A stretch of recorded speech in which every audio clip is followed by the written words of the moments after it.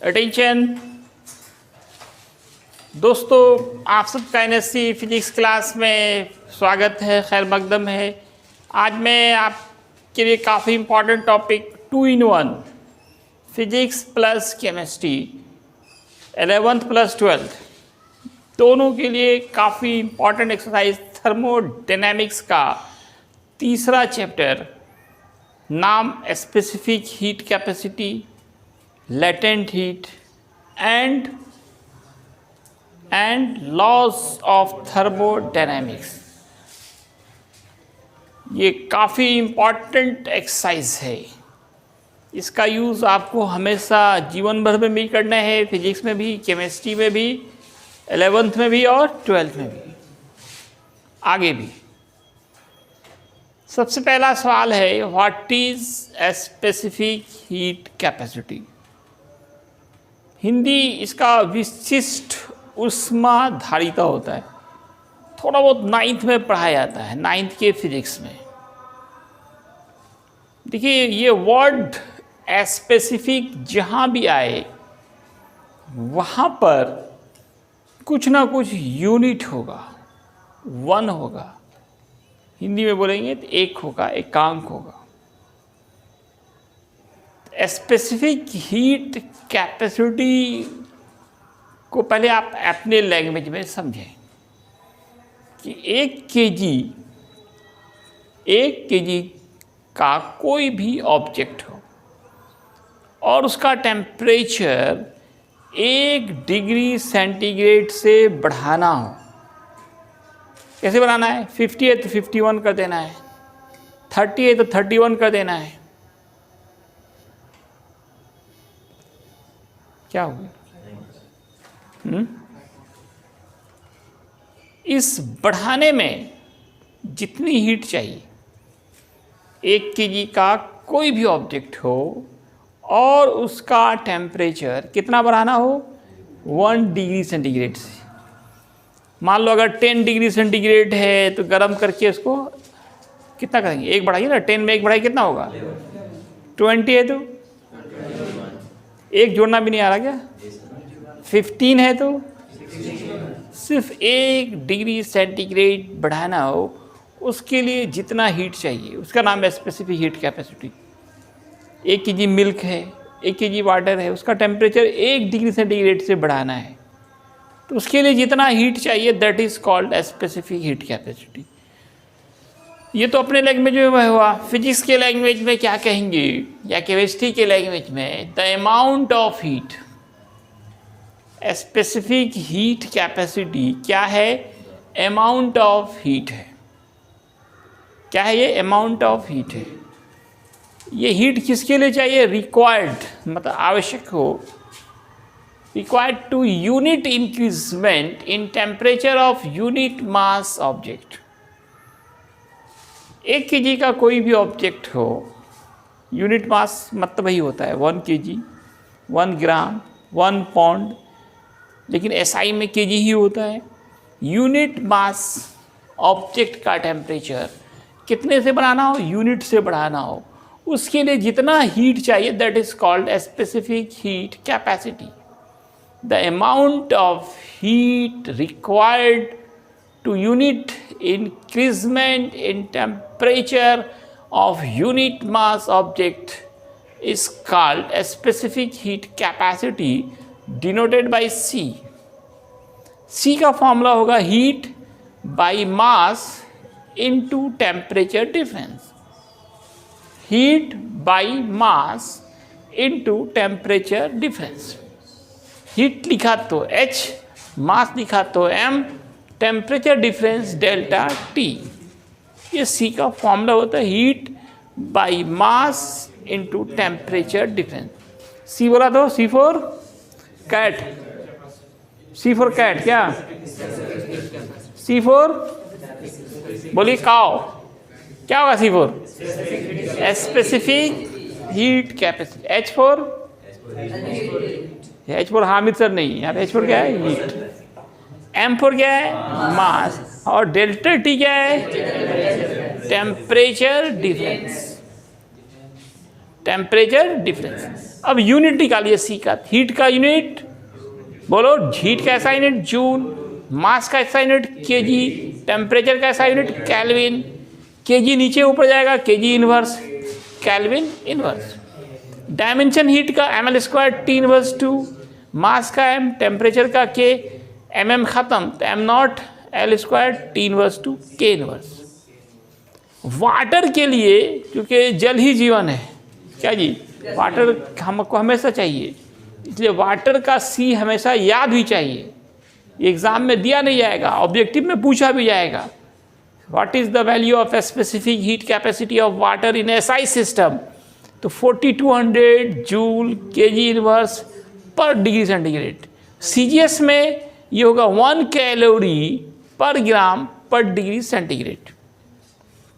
CGS में 1 calorie पर ग्राम, SI में 4200 जूल पर केजी पर डिग्री सेंटीग्रेड। वैल्यू जो है ना सेंटीग्रेड में ही दिया हुआ है, जब यूनिट पूछेगा तो वहाँ देंगे हम लोग। डेली लाइफ में जो यूज़ होता है वो सेंटीग्रेड ही होता है। डेली लाइफ में जनरली हम लोग यूज़ करते हैं वो सेंटीग्रेड ही। इसे H निकालिए, हीट का फॉर्मूला, क्रॉस मल्टीप्लिकेशन कीजिए, H × 1 = mc delta T. Heat required to raise the temperature, जब भी रहे तो यही फॉर्मूला बताना है, mc डेल्टा टी। इस पर क्वेश्चन भी दिए है, calculate heat required to raise 10 kg water from 0 to 100। आपके पास 10 kg वाटर है, इसको गर्म करना है।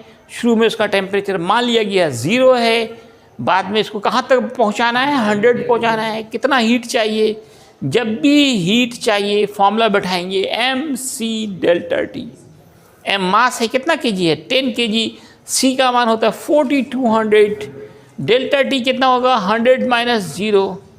इस तरह से ये आंसर आ गया आपका।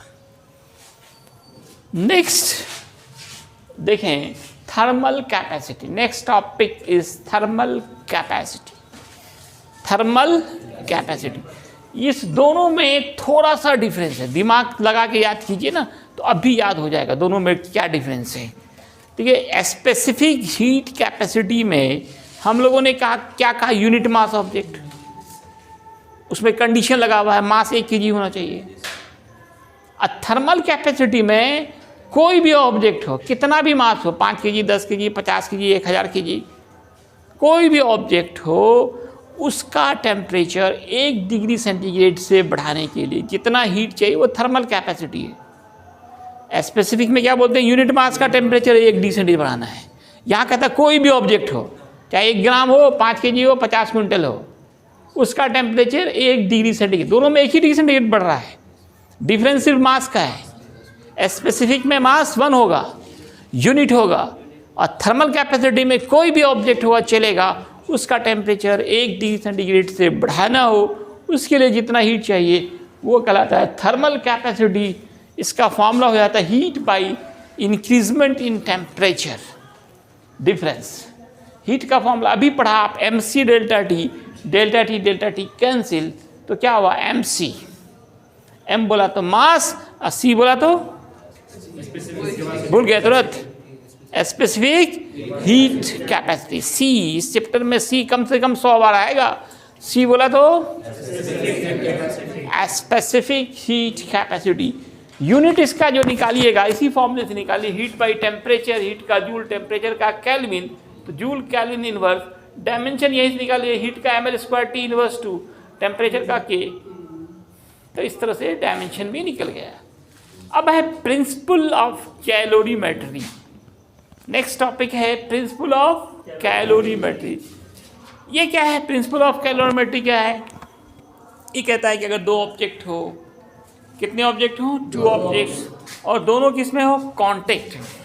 कांटेक्ट मतलब सटी हुई, तब वैसे कंडीशंस में एक जितना हीट लॉस करेगा दूसरा उतना ही हीट गेन करेगा।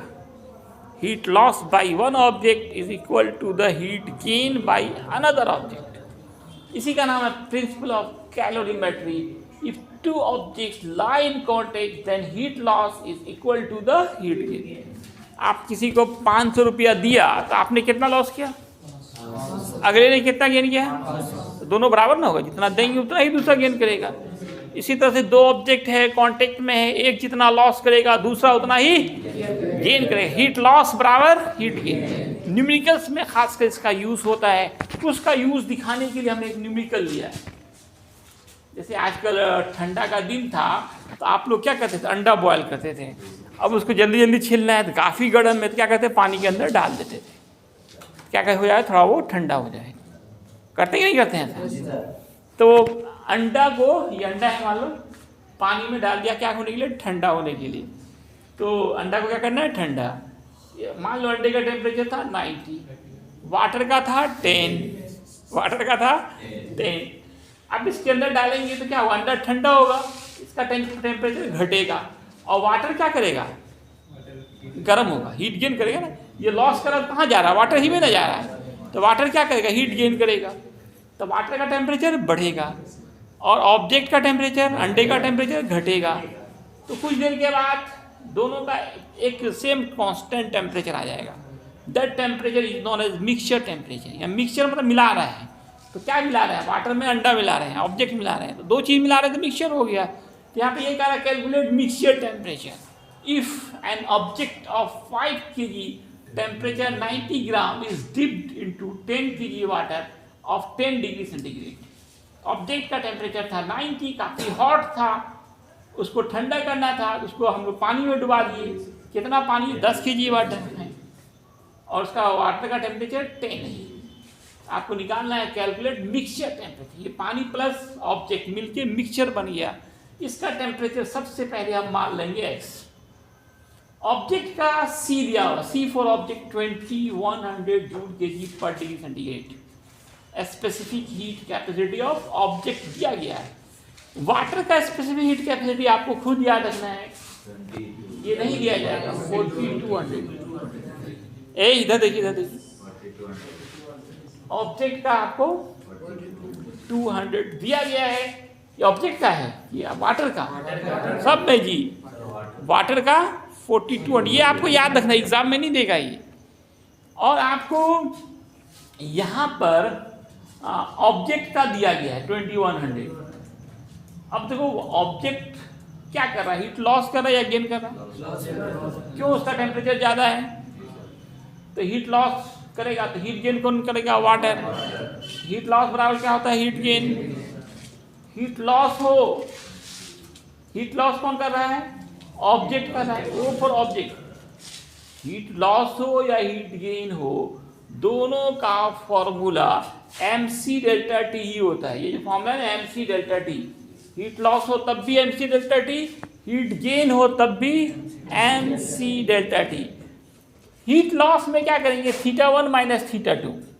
हीट गेन में थोड़ा चेंज करेंगे, θ2 माइनस θ1। लॉस में θ1 माइनस और गेन में θ2 माइनस।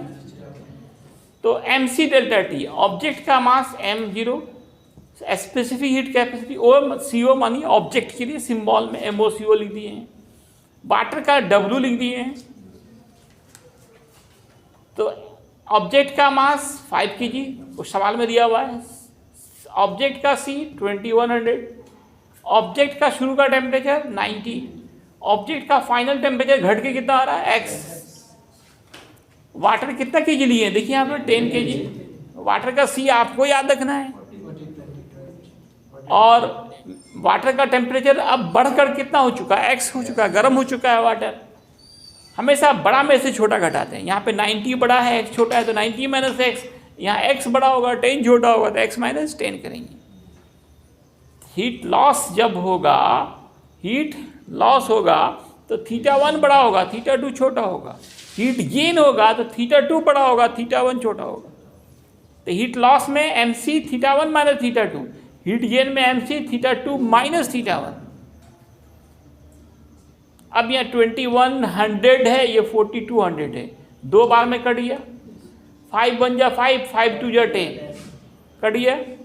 क्या बचा, 90 minus x, 2 into 2 4, 4x minus 40, 4x minus में है, ये प्लस में, इधर गया माइनस हो गया। ये 90 प्लस में इधर गया माइनस हो गया। 90 माइनस 40 130 हो गया, माइनस कैंसिल, तो कितना है 2060। ये मिक्सचर टेम्परेचर हो गया 26 डिग्री सेंटीग्रेड। ठीक है दोस्तों, आज इतना ही है। धन्यवाद।